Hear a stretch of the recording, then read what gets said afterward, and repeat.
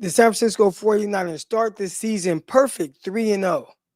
But they are no longer perfect with the injuries that are going on. Nick Bosa sidelined for the season. We're going to talk about that and how the 49ers can potentially overcome it. All that and more coming up right here on Locked On 49ers. Let's go.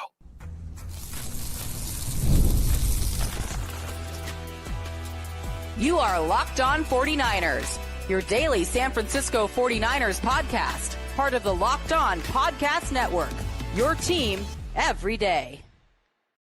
Welcome to another episode of Locked On 49ers. I am your host, former NFL and AFL defensive back, Eric Crocker. And of course, on this episode, we're talking all things San Francisco 49ers, Nick Bosa, injuries, and how the 49ers can potentially overcome it. But first, we want to let you know that today's episode is brought to you by FanDuel. And right now, new customers can get just $5. And if your bet wins, you'll get $300 in bonus bets to use across the app. Look, I'm already butchering these damn ad reads. Where is Peacock when you need them? Well, I'm here. And I definitely want to thank everybody for making Locked On 49ers your first listen of the day. I see the chat going up already. Shout out to my guy, Terra Dome, in the chat. What's up, Terra Dome? All right. And shout out to everybody else that's trickling in. I wish we had better news. I wish the vibes were better. We're going to still try to get the vibes going. You know what I'm saying? We're going to get the vibes going good. We're going to talk about this. We're going to mourn this loss, and then we're going to move on. We're going to try to figure it out. All right. That's one of the things that I've learned. First year head coach, things are going to come up, and you just got to figure out how to adjust and move on and make the best of the situation. And the 49ers, they've started out perfect this season, 3-0. Right, and you're like, all right, you're 3-0. You face some adversity. You've had some injuries. You got guys down like George Kittle and Brock Purdy and Ayuk still not healthy. And then Jawan Jennings is sidelined. But they figure out ways to win games. And I would say, despite not having Nick Bosa, I'd say the defense played fairly well in the second half of the game against the Arizona Cardinals to come up with a win. So they're going to have to figure out how to do that for another 14 games because Nick Bosa will no longer be playing for the San Francisco 49ers this season. You know, what does it mean? What are you missing? All right. You're missing the guy that everybody can look to when things aren't going perfect. I think that's one of the biggest things about leadership, right? You hear it talked about a lot with quarterbacks when the guys get into the huddle and it's like a game-winning drive and the quarterback gets down and he starts talking to everybody. This is what we're going to do. And everybody's looking at him knowing he has the answers and he's going to wheel them down the field. Well, I believe that's what the 49ers defense, that's how they look at Nick Bosa. Fortunately for the 49ers, it's not just one leader that they have on that defensive side of the ball, Fred Warner. And I think everybody's trying to look at ways to, okay, you got to trade for a defensive end. I saw that in the chat right here with Rico. All right. And there is a defensive end that may be available. We're definitely going to talk about him.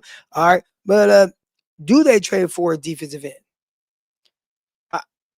I think the answer is you probably are looking into certain people that may be available right now. And there's definitely a name that I'm sure is floating around. We're going to talk about that more in a little bit. But I think right now you're trying to figure out in-house, how do we salvage the situation? Because, yeah, you can try to trade for a defensive end. Any defensive end that's worth a damn, except for one that's out there that we'll talk about. But any defense that is defensive end that is worth a damn, teams ain't giving him up. All right, now, Dallas Cowboys, that was an anomaly. Trading Micah Parsons to the Green Bay Packers, and obviously, like it was very pricey in what Green Bay had to give up for Niners. They're not giving up anything like that for, I don't want to say a 1-year rental, but a guy that essentially they're trying to get through this season with. So I don't foresee the 49ers giving up big-time draft capital the way Green Bay Packers had to. But I think you have to start in-house, all right? Kind of looking at the depth chart of the 49ers, and you're looking at the defensive line. And obviously, man, you go to ESPN right now and look at the depth chart. They already have Nick Bosa out of there. So as of today, right now, your defensive end for the 49ers are Bryce Huff, who you traded for and got from Philadelphia Eagles. All right, and he's been doing well. And Mykel Williams, your number 11 overall draft pick in the 2025 draft. All right, so those are the two guys that you're kind of lean on. And then outside of them, you look and see, all right, what else do we have here? Your two gross models. That's a guy that is a little bit versatile, bigger body guy, kind of like what Michael Williams is a little bit. You have him. You got Sam Okawanu. All right, got him, a guy that can kind of come off the edge. So can you piece together certain things that are going to help you get through this season with the 49ers on that defensive line? Hey, there's some other things that you can do as well, right? You can send some different looks, different blitzes. You got a guy by the name of Fred Warner. And that's where I was going with, right? When you look to the leadership that the 49ers will now be missing. Fred Warner is a guy that you are definitely going to you're going to look at him. He's been the emotional leader anyways. Like, we know that.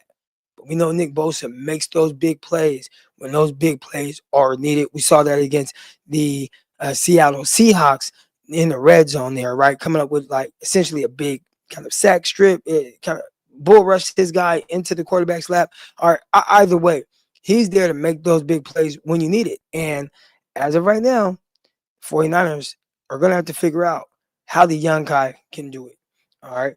He's going to have to grow up really fast. And that young guy we're talking about is Michael Williams. He's done some really good things in the run game. I think he's very stout and has a good anchor versus the run. I think we all knew we were getting a player that was similar, that was going to be doing those things, right? Michael Williams, it wasn't going to be him as a pass rusher coming in. You wanted him to be that guy that was, really stout versus the run in college. And now I think he's going to have to grow up a little bit faster, develop some pass rush moves, and figure out a way to not be Bosa, but can the 49ers get a few different guys to kind of give you Bosa's production? That's how you're going to have to do it. Now, I don't know if that's possible, all right, but that's where the 49ers have to start. Terry Dome in the chat says the 0-4 teams currently in the NFL: Jets, Dolphins, Titans, Giants, and Saints. All right, so those are teams that do not have any wins right now. Obviously, the 49ers are on the opposite end of that, being 3-0 right now. It's tough.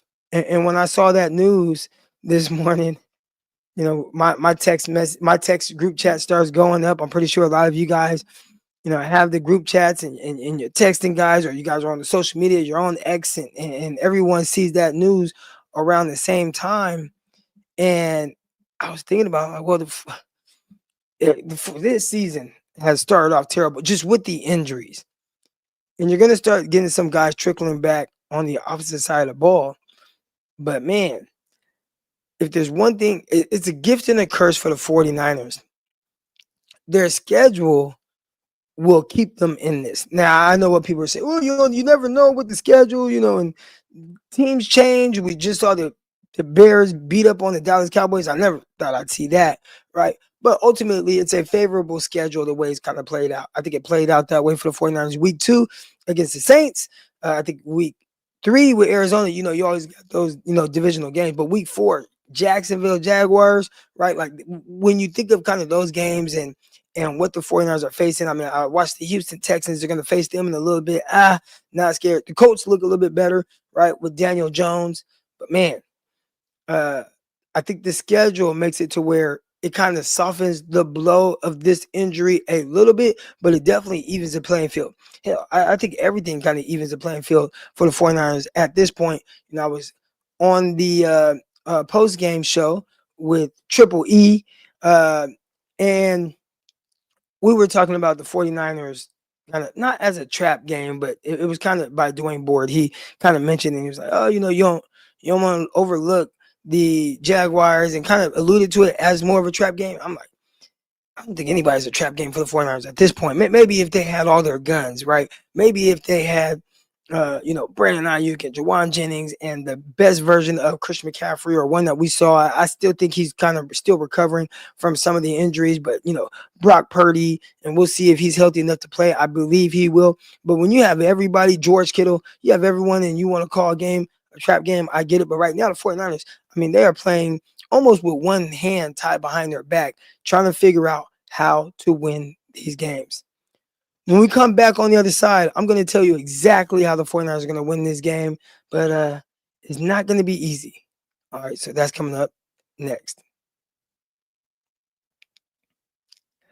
All right, guys, caffeine just got a flavor upgrade. All right, and that's 5 hour energy. All right, shots deliver tasty caffeine in 17 bold flavors.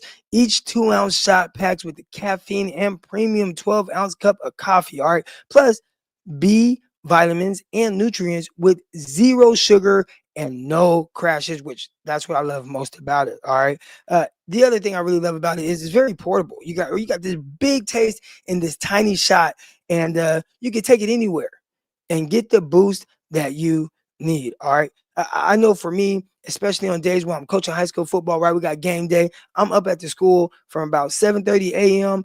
all the way to about 10 o'clock at night on Friday nights. You think I need a little pick me up? I definitely do. And that's when I turn to these 5 hour energy shots. All right. So enough with the boring flavors of caffeine. It's time to give your caffeine a flavor upgrade with 5 hour energy shots. Get the favorites you love or be bold and try something new in the store online. www.5hourenergy.com. Yeah. Got to do that right now. All right. Let's continue to have this discussion about the 49ers and what do they do. And I think a lot of people, they're going to look for the trade, right? The name that comes up first and foremost has to be Trey Hendrickson. And this is a guy that has won it out Cincinnati for whatever reason. Don't know exactly what's going on there, but they haven't got the new contract done. And he's like, I want out. And he's like, I'm going to play. And I don't know. But I feel like for 1 year, if the 49ers were able to, and I don't even know if you're allowed to, did Trey Hendrickson get a deal? Didn't Trey say a deal? All right, maybe, do you mean sign a deal? Let's look that up right now as we are here on Twitter. On live late night. All right, Trey Hendrickson. All right, let's look at his contract.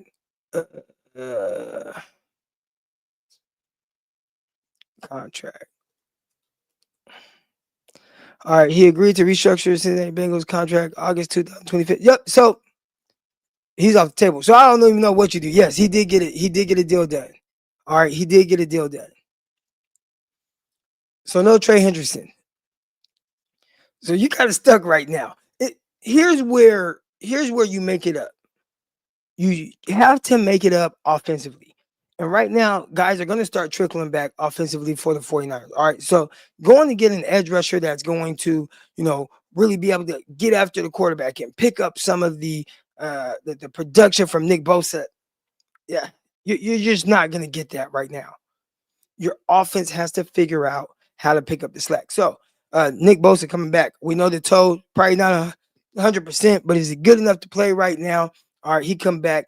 That's an upgrade. All right. You paying him the big bucks. He has to kind of figure it out.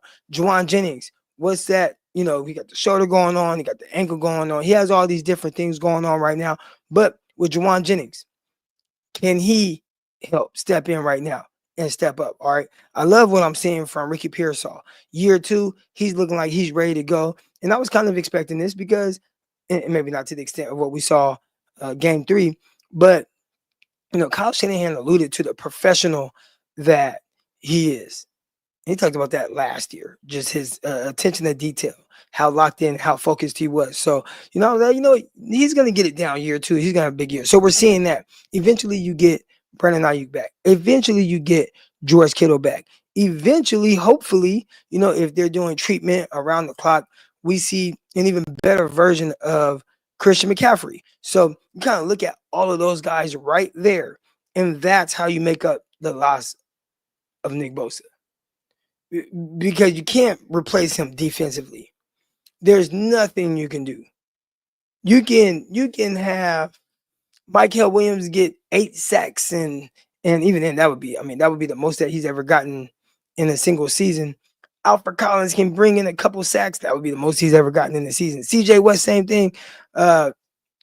You're still not replacing Nick Bosa. So how do you replace him? It has to be offensively. And right now, the 49ers aren't scoring a ton of points. So that's a big thing right there. They're going to have to figure out. Week 1 against Seattle, you won a game. 17-13, which I love it. They just figured out what do we have to do to win this game, and they did it. They scored 17 points. That was enough to win. New Orleans, all right. New Orleans scored 21 points. 49ers scored 26. All right, so there you go. You scored just enough to figure it out, and you were able to come out on top. Arizona, all right, they had 15. You had 16. So right now, I would say the 49ers, where they're hovering around as far as, points per game, I mean, they're below 20 points per game. That's not going to cut it when you think about how you replace Nick Bosa. You're going to have to bump this up. And right now, they're just doing what they can with what they have. I think we all understand that. But it's got to get better. It's got to get better. And when you play teams like Jacksonville, I think that gives you an opportunity to kind of work towards putting up more points. I think defensively, the 49ers are still going to be solid there in that game. There's nobody on Jacksonville that really scares me, especially when you have Trevor Lawrence at quarterback playing the way that he's been playing. But you're going to have to figure out how to score more points than what they've been doing. All right. The LA Rams game, it's a home road game. All right. Right. They're going to Levi South. That's a primetime television game. They don't scare me right now. Tampa Bay, I think that's one of the games right there where is all right, Tampa Bay, that's the team that they can put up some points. That's going to be very challenging for the 49ers. But I'd say that as the 49ers are trying to get players back, trying to figure things out, I think that they have the right scheduling for them to be able to, gradually kind of work back and work guys into a mix. In the chat, Rico Gonzalez says, Saleh saved us from being 0-3.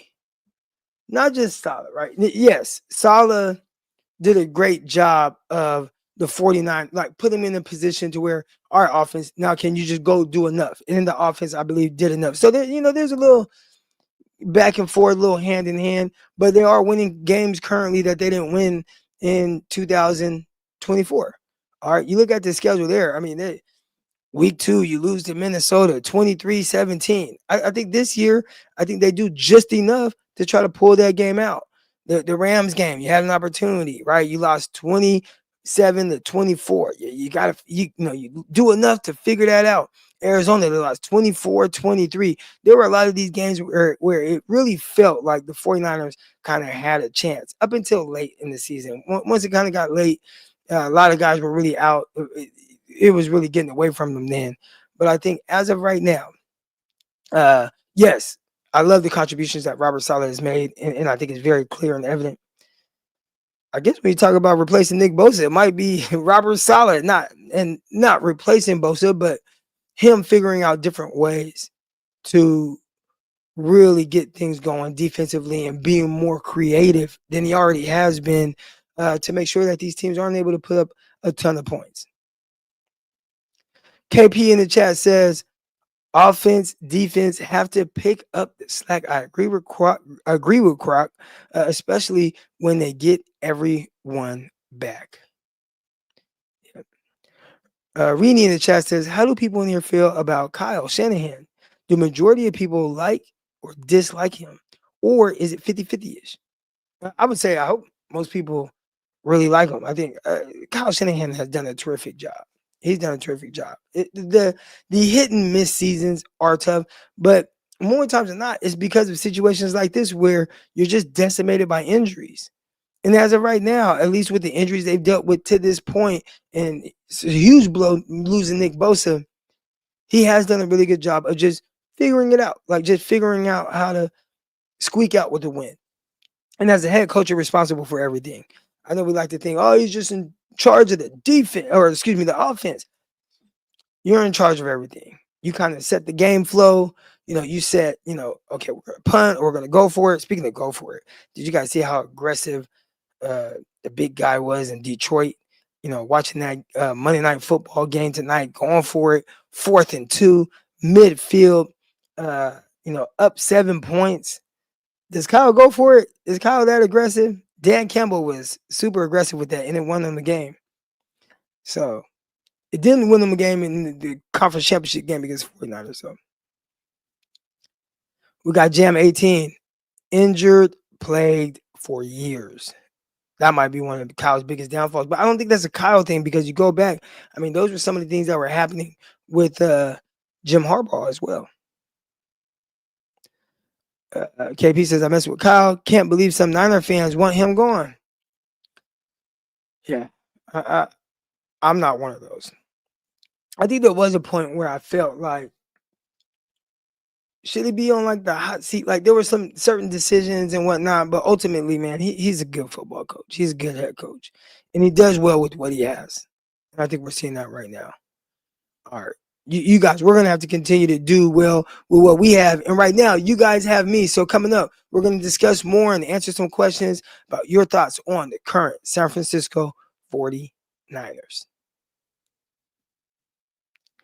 But first, I definitely want to let you guys know that this episode is brought to you by FanDuel. All right, the NFL season is here, and FanDuel is making sure you are ready for kickoff, and you can't miss this offer. All right, right now, new customers can bet just $5. And if your bet wins, you'll get $300 in bonus bets to use across the app.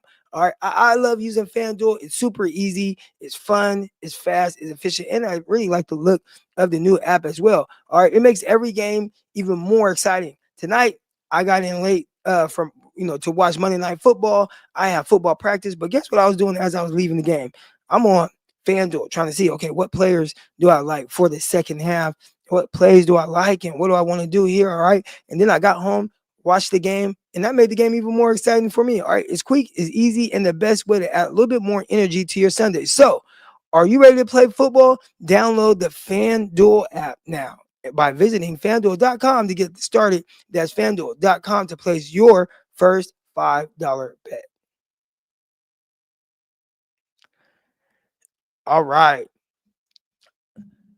I'd like to see some of the suggestions that you guys have right now. All right. Well, how do the 49ers fix this current situation? You need a pass rusher. You may need some O-line help. You may need, some receiver health. All right. You do got Robinson coming back. That's huge. The 49ers played the first 3 games without having Demarcus Robinson. He was a guy that the 49ers I felt like were leaning on for a large majority of the offseason, and he gave them some consistency. So there's some things that are kind of getting back to really help you. Our Anthony in the chat says, you think we trade for Henderson? You know what? I thought that he may be someone that could be a potential 1-year rental, bump up his money for the season, but the Cincinnati Bengals already did that. So, yeah, we already tried that. The chat was like, nope, Croc can't do that. They already kind of fixed his contract situation for the rest of the season. Spy Nick Danger in the chat says, Lynch has been pretty good trading for needed players. Sanders, CMC, Young. Now, Chase Young, and there was also Randy Gregory that year as well. If you can find a defensive end like that could potentially be a 1-year rental, that would definitely help. Sanders, that was really good timing. CMC, that was a kind of surprising trade at the time, especially for the 49ers. But for everybody who talks about the 49ers maybe not being aggressive, they wouldn't do this, they wouldn't do that. The 49ers have shown they are willing to do any and everything to win football games. So I wouldn't put anything past them to make a trade kind of, before the deadline. Now, they may try to figure out right now what they have with some of these young guys. Again, we listed some of the defensive ends the 49ers are going to have to count on. Michael Williams, Bryce Huff, guys like Yuta Gross Matos. All right. Okaranu, who's the other guy? There was one other edge rusher. All right, they're going to have to lean on a lot of these guys and try to figure it out. And I think they'll give it by the trade deadline to see, does this work? Does this rotation of guys work? And, I mean, we're talking about this like you're going to have those guys for the rest of the season. So that's a big part of it as well. Where it stands right now, you can't have anybody get hurt or they're in even more trouble. Rico in the chat talking about Kyle Shanahan says, I feel like Kyle usually does the scapegoat type of play calling, putting pressure on the defense to stop rather than his offense to step it up. I like him, but I'd rather he believe in his like Reed. And not just Reed, I mean, shoot, like Dan Campbell. Remember, Dan Campbell he ain't a play caller on either side of the ball. But that dude, when it's time, he has instilled a certain identity in his team. That's why a lot of people got on him for going for 4th and a couple times in the conference championship game. It didn't work out. But man, that's his identity. And I think if you asked him, he'd do the same thing again. All right, Tristan in the chat says, what do you think about Hunter from the Texans? Is that Daniil Hunter? Wouldn't mind him right now, but would the Texans trade him? The Texans are trying to figure some things out offensively. So let's say, hypothetically speaking, they would trade him. Are they going to trade him? And they're looking for some offensive help. 49ers need some offensive help as well.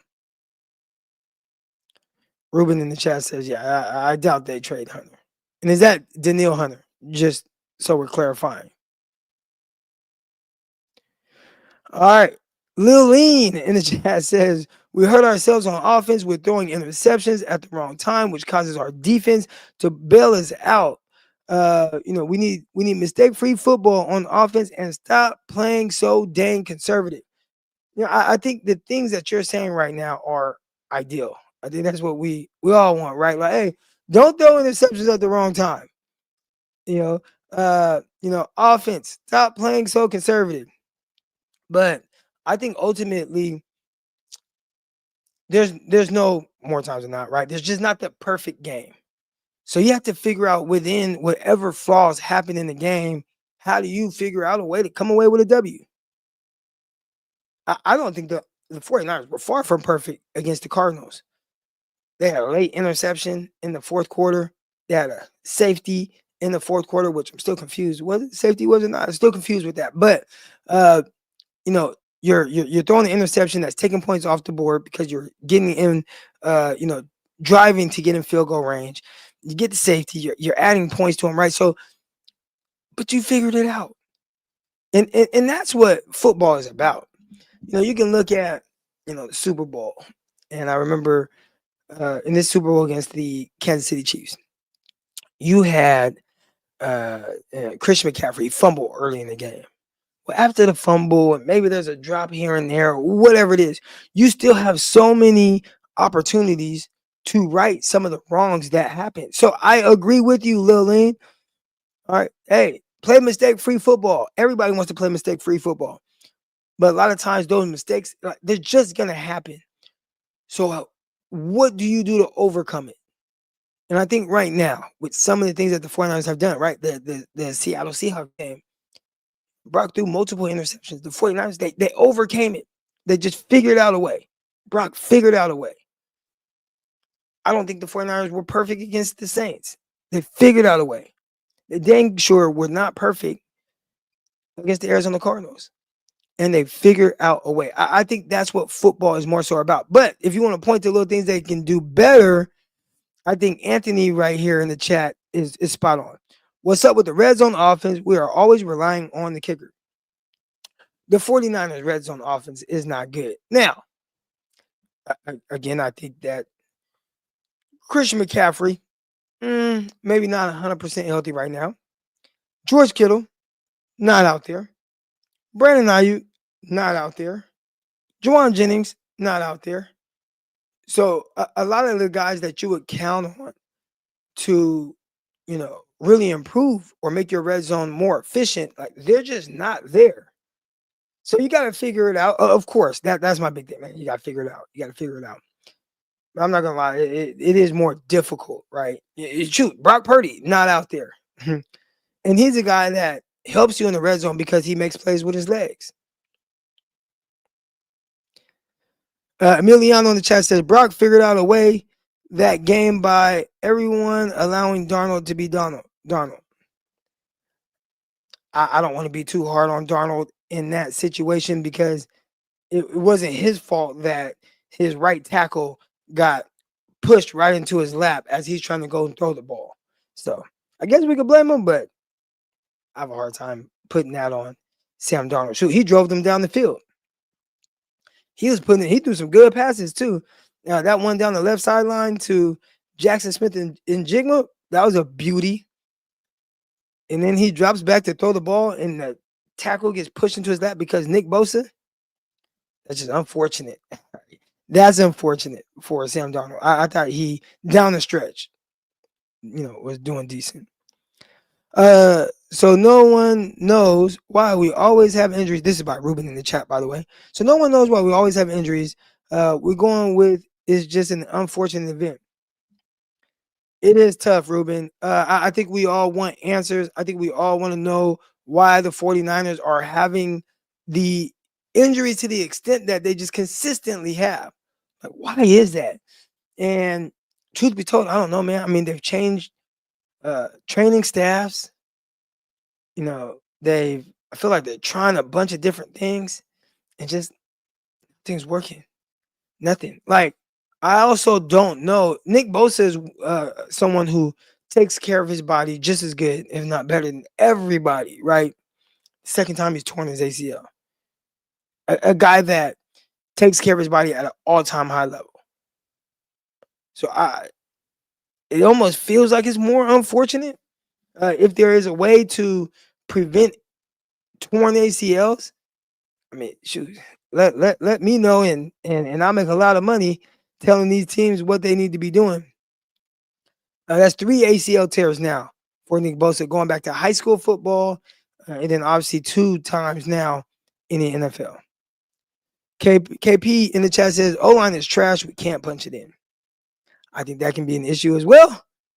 Your offensive line not playing as well as you would like. But again, there is no perfect O-line. Did you guys watch the Baltimore Ravens game tonight? Lamar Jackson getting sacked like 7 times. Now, I think a lot of those sacks, not saying that they weren't all on, like some of them were definitely on him, just trying to do too much. But when they would show like the end zone view and you would kind of see what he's seeing, these deep concepts. Where's the quick game at? Where's the quick game? Didn't quite see it for him. I say that to say, maybe I think there are a lot of worse offensive lines than the 49ers. And that is not to say that the 49ers are great up front, but I think they are better than some of these other offensive lines that I'm seeing around the league. It's just the 49ers are so hurt everywhere else. I think getting a lot of those guys back would maybe take a little bit of the pressure or the focus off of the 49ers offensive line. Nick Bosa. Nick Bosa, done for the season. Not sure how the 49ers are going to replace him, but if I had to guess, they're going to have to do it with their offense. You're going to have to score more points. And if you're going to do it with your offense and you're going to score more points, you definitely are going to need to get your guns back. You're going to need Brock Purdy to come back. You're going to need Brandon Ayuk to come back. Juwan Jennings to come back. All right. That's how you replace Nick Bosa. Or try to cover up the loss of a guy like Nick Bosa, who's just so impactful for the San Francisco 49ers. All right, guys, that's going to do it for this episode of Locked On 49ers. You guys can follow me on Twitter, or X, at Coach Crocky. And, of course, on the next episode, we're going to have my guy, Brian Peacock, back. We thank you for making Locked On 49ers your first listen of the day. See you guys tomorrow. Peace.